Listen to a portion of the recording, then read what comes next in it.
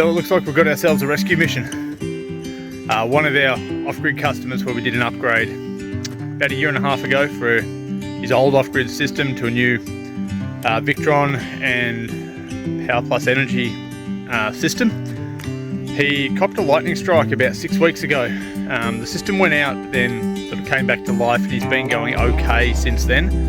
He's had some guys out there in the last couple of days doing some work, and the system now won't turn on. Seems to be battery life, but the inverters just aren't working, which seems a bit odd. So we've got to go out there because unfortunately this guy's in his twilight years and not doing too flash. So not only are we going to go and help him get his solar system back up and running, but his wood fireplace, which is his only form of heating, and it's very, very difficult to get tradespeople to go anywhere.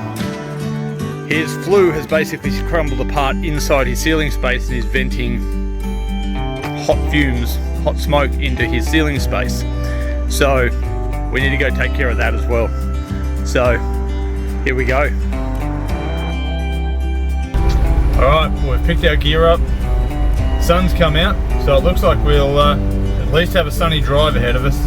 It's alright, Terry, we're on our way. We've got your gear, we'll come sort you out. See you soon.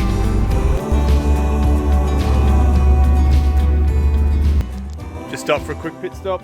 Got about another 45 minutes till we get there, and thankfully the sky has cleared up beautifully, so looks like we'll get a good run on the job. So just about there, Terry. See you shortly.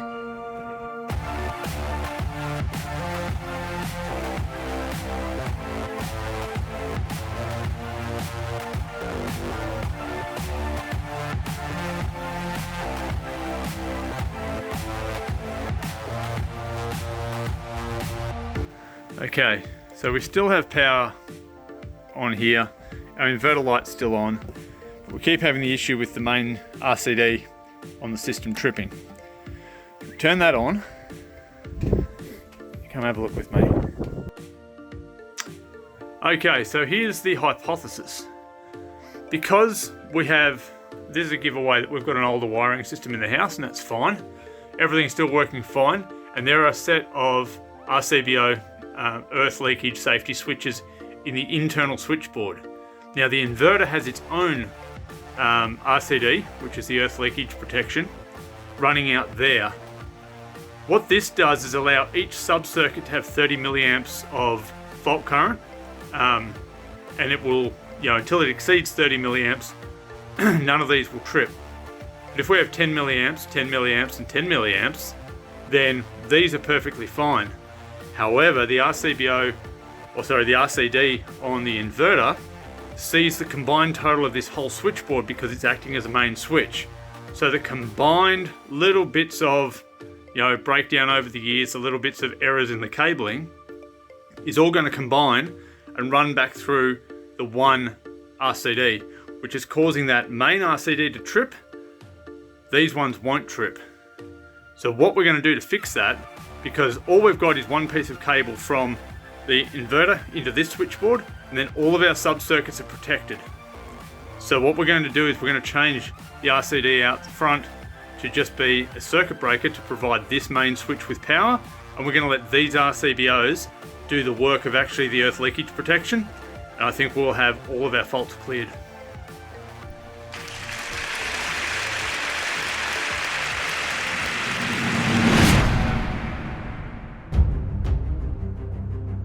Alright, we've got our work cut out for us now.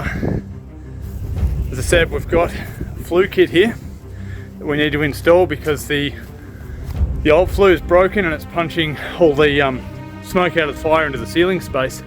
So, house fire waiting to happen. I'm not a flue installer. I've done a few, done one in my own place.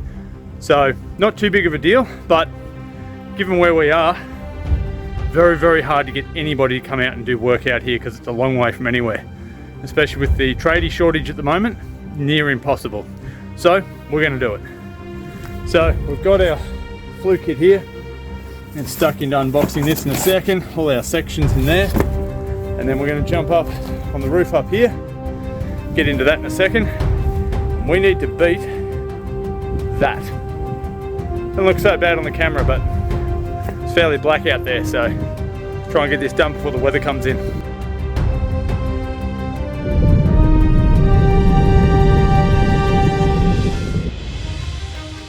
That's not great when you undo the deck tight and it just pours water out from the inside of that seal. So that means that you can see they've done it wrong here. Rather than going under the ridge cap, we've gone over the top, and this is obviously filling up with water. This has been holding water, which is not a good look. And this is our old flue that we're going to replace. Definitely time to replace it. Well, Murphy's Law. As soon as we opened this up and found all of that, well, it just started raining. So, oh well, guess we keep going anyway. Is what it is. We'll get it done. Yep. And now it's hailing on us. That is hail.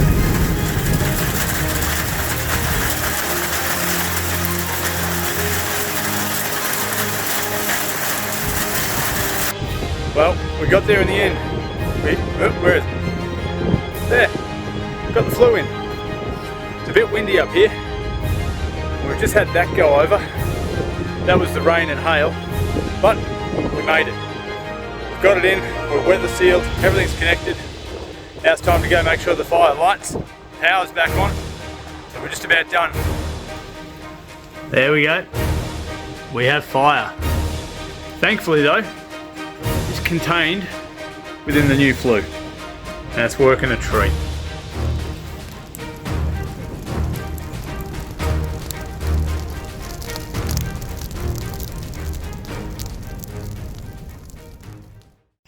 Well, that's it.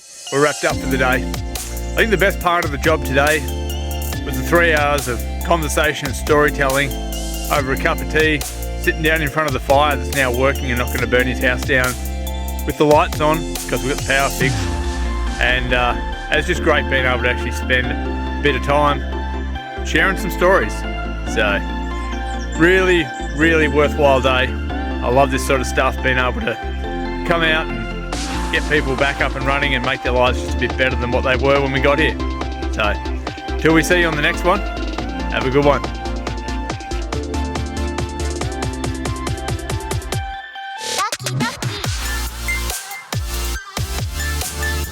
Well, what a day, hey? All done now.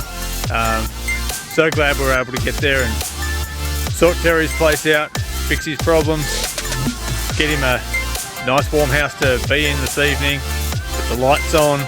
Just a good feeling to know that we've been able to help out.